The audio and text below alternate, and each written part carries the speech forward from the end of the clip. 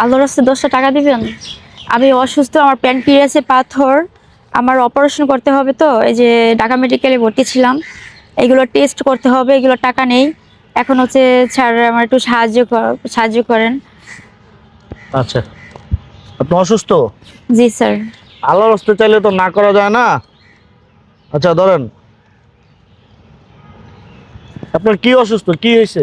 আমার প্যানক্রিয়াসে পাথর, গোলব্লাডার পাথর, ফ্যাটি লিভার, আর হচ্ছে ইউথেরাসের টিউমার, মেদুলার হাড় ক্ষয়, ডায়াবেটিস, থাইরয়েড গ্ল্যান্ড টিউমার, এগুলো অপারেশন করতে বলছে ডক্টর। আমার প্যানক্রিয়াসে পাথর, তো বলছে এটা অপারেশন করেন মা, যদি অপারেশন না করেন তাহলে কিন্তু এক পর্যায়ে ক্যান্সারের দিকে চলে যাবে। হ্যাঁ, তো এখন হচ্ছে আমি আমার বাসা হচ্ছে মিরপুর 11, সেকশন 7, জিলপার বস্তি, রূপনগর থানার অধীনে। এখন হচ্ছে ওখানে মাইনুদ্দিন মোনা নামের একজন লোক ছিল, তার 3টা রুম ছিল আপনার হচ্ছে বস্তির ভিতরে। তো আমি তো ভিক্ষা করি, আমি অসুস্থ থাকি, রুম বাজাতে কষ্ট হয়, ওটা মনার ওয়াইফ তারা দেখতো। আচ্ছা, আমি একটু তার আগে আমি জানবো আপনার কাছ থেকে, যদি একটু শোনেন। আপনি তো বললেন আপনার অনেক সমস্যা, আপনি ভিক্ষা করেন। আপনার যে একটু দেখাবেন, আপনার এই যে অবস্থা দেখে তো মনে হচ্ছে না আপনি ভিক্ষুক। এখন হচ্ছে পরিস্থিতির শিকার, আমার টাকাটা কি মেরে পরিস্থিতির দিয়েছে। শিকার আপনি? কি কি হয়েছে আপনার সাথে? আমার সাথে অনেক বড় অন্যায় হয়েছে, সেটা হচ্ছে যারা হায়াত উর্ফে রত্না সাংবাদিক, তার নির্দেশে আমাকে মারধর করে। তারপরে হচ্ছে সেই আমি যখন অসুস্থ থাকি, মানে ওই যে আমার রুম বন্ধক দিচ্ছে আমার কাছে একটা 25,000 টাকার বিনিময়ে, স্ট্যাম্পও আছে। হ্যাঁ, এই যে স্ট্যাম্প আছে, হ্যাঁ, স্ট্যাম্প আছে আমার কাছে। তো মানে আপনার ভিক্ষার টাকা মেরে দিয়েছে? হ্যাঁ, ভিক্ষার টাকা মেরে দিয়েছে আমার 25,000 টাকা। 25,000 টাকা আপনি ভিক্ষা করে জমাইছিলাম। কতদিনে জমাইছেন 25,000 টাকা? প্রায় 1 বছরের বেশি হবে। 1 বছরের বেশি? হ্যাঁ। মানে 1 বছরের মধ্যে 1 বছরের বেশি, যাই হোক, এই 25,000 টাকা জমাইছেন আপনি? জি স্যার। সেই টাকাটা মেরে দিছে? হ্যাঁ, মেরে দিয়েছি বলতে পরে রুম বন্ধক রাখি। আমি অসুস্থ ছিলাম, অসুস্থ থাকার পরে হচ্ছে আমি ঢাকা মেডিকেলে অ্যাডমিশন হই। যখন সুস্থ হই তখন বাসায় এসে শুনি যে যারা হায়াত উর্ফে রত্না সাংবাদিক আর হচ্ছে আপনার মাইনুদ্দিন মোনা, তারা বাড়ি বিক্রি করে চলে গেছে। তো আমি তখন ওই শুনে আমি কান্নাকাটি করতেছি। পরে সবাই বলতেছে কাঁদিস না, তুই হচ্ছে মোনাকে ফোন দে। পরে মোনাকে অনেকবার ফোন দিছি, প্রায় 100 বার ফোন দিছি, রিসিভ করে না। পরে হচ্ছে লাস্টে মোনার বোনকে ফোন দিছি, যারা হায়াত উর্ফে রত্না সাংবাদিক। পরে তাকে ফোন দেওয়ার পরে সে অকথ্য ভাষা গালাগালি করছে যে তোকে আমি টাকা দিব না, ঠিক আছে, তুই যদি পারস যা মামলা কর, পুলিশকে দিব, তোরে দিব কেন। এখানে আরো কয়েকটা খারাপ ওয়ার্ড করছে, আমি এটা বলতে পারবো না, ঠিক আছে।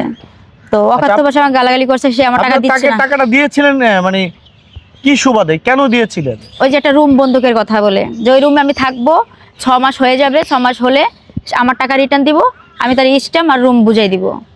আচ্ছা, মানে রুম আপনি নিবেন তার কাছ থেকে? হ্যাঁ, 6 মাস থাকবেন? হ্যাঁ। থাকার পরে সেই টাকাটা আবার আপনাকে সে ফিরিয়ে দিবে? হ্যাঁ। মানে কোনটাকে রুম নিতে চেয়েছিলেন? হ্যাঁ।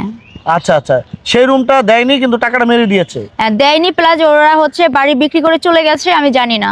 পরে যখন বাসায় আসি, আমি তো অসুস্থ ছিলাম, যখন বাসায় আসি তখন শুনতে পাই যারা হায়াত উর্ফে রত্না সাংবাদিক আর হচ্ছে মাইনুদ্দিন মোনা, তারা হচ্ছে বাড়ি বিক্রি করে চলে গেছে। এই এখন হচ্ছে তারা টাকা দিব না। পরে হচ্ছে ওই একটা ম্যাডাম ছিল, ওরিও জার্নালিস্ট সাংবাদিক, উনি বলছে যে আচ্ছা ঠিক আছে, আপনার ব্যাপারটা আমি দেখব। পরে মানববন্ধন করেছি প্রেস ক্লাবের। তারপরে হচ্ছে আপনার রূপনগর থানায় আচ্ছা, অভিযোগ দিয়েছি। বলা লাগবে না, আমরা একটু সংক্ষেপে আপনাকে আপনার কথাবার্তা, আচার ব্যবহারে তো মনে হচ্ছে না আপনি ভিক্ষুক। আপনি কি লেখাপড়া করতে পেরেছেন? হ্যাঁ, আমি দাখিল পাস করছি। দাখিল পাস করেছেন? জি। মানে মাদ্রাসা লাইনে? জি। তো আপনি তো ভালো শিক্ষিত একটা মেয়ে, ভিক্ষা ব্যবসায় কেন নেমেছেন আপনি? পরিস্থিতির শিকার স্যার। আমার ভিক্ষা করার একটা কথা কি, যে মানুষের কাছে হাত পাতে এটা খুবই লজ্জার ব্যাপার। আমার নবী কিন্তু এটা পছন্দ করে না। হ্যাঁ, নবী কি পছন্দ করে? আপনি তো দাখিল পাস করেছেন, মাদ্রাসা লাইনে লেখাপড়া, আল্লাহ রাসূলের নির্দেশনা কি বলেন? সে তো বলছে যে তোমরা ভিক্ষা করো না, ঠিক আছে, তোমার হাত নাই পা নাই, তোমার হাত আছে পা আছে, তুমি কর্ম করে খাও। ওই যে এক কাঠুরিয়া ছিল, সে হচ্ছে তার একটা কুড়াল ছিল, পরে হচ্ছে ওই যে কাটার জন্য পরে নবীর কাছে গেল। পরে বলছে তুমি ভিক্ষা না করে, তারপরে একটা কুড়াল দিল নবী, এটা আরো হিস্টোরি আছে। তো কুড়াল দিল, বলছে তুমি কাঠ কেটে খাও, তাও তুমি ভিক্ষা করো না। হ্যাঁ, না, আমরা তো জানি এখন বর্তমানে ভিক্ষা ব্যবসা হচ্ছে যে একটা মানে বিনা পুঁজির একটা ব্যবসা, ভিক্ষা বাণিজ্য যেটা যারা করে বিনা পুঁজিতে ব্যবসা। এই 2 দিন আগে ভোলাতে একটা একটা চাচা মিয়া ভিক্ষা করে বিলাসী জীবনযাপন করছে, বিলাসী জীবনযাপন করছে। তিনি হোটেলে খাচ্ছে রাজকীয়, তারপরে 5 স্টার হোটেলে গিয়ে রাত্রি যাপন করছে ভিক্ষার টাকা দিয়ে। ভিক্ষা ব্যবসা হচ্ছে মানে বিনা পুঁজিতে ব্যবসা। আর জানি না ওইটা সত্যি কথা বলতে কি আমি বলি, আমার ভিক্ষা করার জন্য কোনো ইন্টারেস্ট নাই এখন। সত্যি আমি অপারেশনটা করলে ইনশাআল্লাহ আমি ওই যে পান সিগারেট আছে যেগুলো ওইগুলো বিক্রি করবো বসে। তারপরে হচ্ছে যদি চোখটা ভালো হয় তারপর নাকটা অপারেশন করব, নাকটা ঠিক করে তারপরে ইনশাআল্লাহ প্যানক্রিয়াসে পাথরি অপারেশন করার পরে আমি চাকরি করব ইনশাআল্লাহ। আর আপনার টাকাটা যিনি মেরে দিয়েছে টাকাটা যেন ফেরত দেয়। জি স্যার, যাতে ওই যে আপনার করার পরে দিয়েছে টাকা, ওই যে সে নেতা নেত্রীদের খাওয়াচ্ছে টাকা, পুলিশকে টাকা খাওয়াচ্ছে, তাও আমাকে দিব না। এই স্যারকে তো আমি ভিডিওগুলো হোয়াটসঅ্যাপে পাঠিয়ে দিচ্ছি গতকালকে। আচ্ছা, তো প্রিয় দর্শক, আমরা বলতে চাই যারা ভিক্ষা করে আসলে তারা অনেক সময় পেটের দায়ে করে থাকে, বিভিন্ন বিভিন্ন কারণে করে থাকে।